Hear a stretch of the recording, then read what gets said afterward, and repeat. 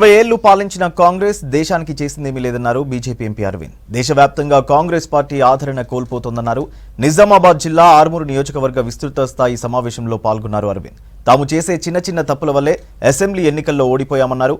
భారీ మెజారిటీతో నిజామాబాద్ పార్లమెంట్ ఎన్నికల్లో బీజేపీ గెలుస్తుందన్నారు అరవింద్. ఆ మహనీయుడు ఇక్కడికి వచ్చి అనౌన్స్ చేసి రాష్ట్రపతి ఉత్తర్వులు కూడా బయటకు వచ్చి కార్యాలయాలు కూడా అతి త్వరలో దేశవ్యాప్తంగా పెడతారు, నిజామాబాద్ లో కూడా పెడతారు. గంత పెద్ద మనిషి వచ్చి గీడికొచ్చి అనౌన్స్ చేసిపోయినాక గద్దెలో అయినా కార్యాలయం పెట్టాలని. కాబట్టి ఇదే స్పైసెస్ బోర్డు తోటి మా ప్రభుత్వం మేము పనిచేయించినాం.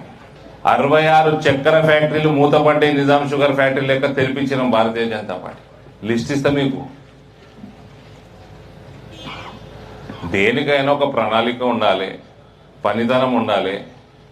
ఊరికే పొద్దులేస్తే రాజకీయాలు ఏం చేసిండ్రు వీళ్ళు? జనవరిలో వేసిండ్రు, ఫిబ్రవరి అయిపోయింది, కమిటీ డిసెంబర్లో గెలిచిండ్రు, జనవరిలో కమిటీ వేసిండ్రు, ఫిబ్రవరి ఆఖరి అయిపోయింది. ఏం చేసిరని నిన్న పేపర్ చూస్తే కృత నిశ్చయంతో ఉన్నదంట కాంగ్రెస్ పార్టీ. కృత నిశ్చయంతో చెరుకు ఫ్యాక్టరీలు తెలిపిస్తుందట.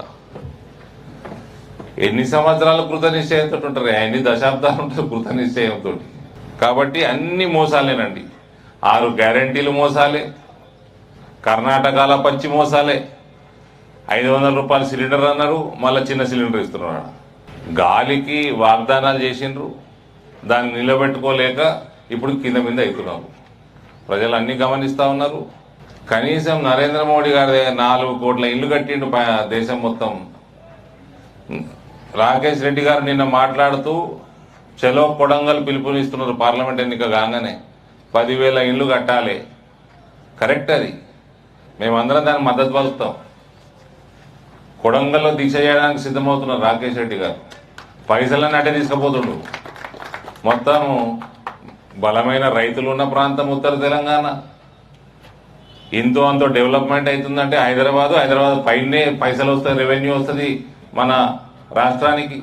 మొత్తం తీసుకొని పీకుతున్నారు మహబూబ్ నగర్కి, ఖమ్మంకి, నల్గొండ, ఈ 3 జిల్లాలకి మొత్తం పోతున్నాయి పైసలన్నీ. 5 కోట్లు ఇండ్లు టార్గెట్ పెట్టుకొని ఆవాస్ యోజన మొదలైంది ఒక 7 సంవత్సరాల క్రితం, 7-8 సంవత్సరాల క్రితం. 4 కోట్ల పైన ఇల్లు కట్టిండ్రు. 5 కోట్లు అంటే 543 పార్లమెంట్లు అంటే దాదాపు 90,000 పైన ఒక పార్లమెంట్లో, 10,000 పైన ఒక అసెంబ్లీలో, 15,000 దాకా ఒక అసెంబ్లీలో వస్తాయి. రాకేష్ రెడ్డి గారు చేస్తున్న డిమాండు దేశం మొత్తం పైసలు తీసుకొని అన్ని రాష్ట్రాలు కడుతున్నారు. ఇక్కడ మొన్నటిదాకా కేసీఆర్ మోసం చేసిండు, ఈ ప్రభుత్వం కూడా అదే దారిలో పోతున్నది. మళ్ళా ఉన్న పైసలు కూడా ఈ 3 జిల్లాలకే సరిపోతున్నాయి అని ఆయన ఆమరణ దీక్షకి తయారైతా ఉన్నాడు. సో దానంతా ఆ దీక్షకి భారతీయ జనతా పార్టీ పూర్తి మద్దతు తప్పకుండా ఉంటుంది. భారీ ఎత్తున కూడా అది చేస్తాము. మేము అందరం కూడా దాంట్లో పాల్పంచుకుంటాం.